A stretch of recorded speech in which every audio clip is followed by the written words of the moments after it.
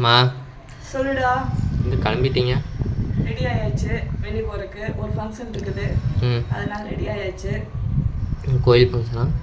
கோயிலில் ஒரு வளகாப்பு, அதனால கிளம்பியாச்சு. சரி வரைய நீ வரைய போலாமா? ஆஹா, நீங்கள் போயிட்டு வாங்க. சரி, ஓகே, பாய் பாய். பாய். மா ஏன்னா என்ன சமையல் இன்னைக்கு? எல்லாம் சமையல்லாம் செஞ்சாச்சு இன்னைக்கு. இன்னைக்கு வேற அமாவாசை, அதனால வந்து செஞ்சு வச்சிருக்கிறேன். இன்னைக்கு நம்ம என்ன சமையல் பார்க்கலாமா? பார்க்கலாம். இன்னைக்கு பார்த்தீங்கன்னா காலையில் இட்லி செஞ்சாச்சு.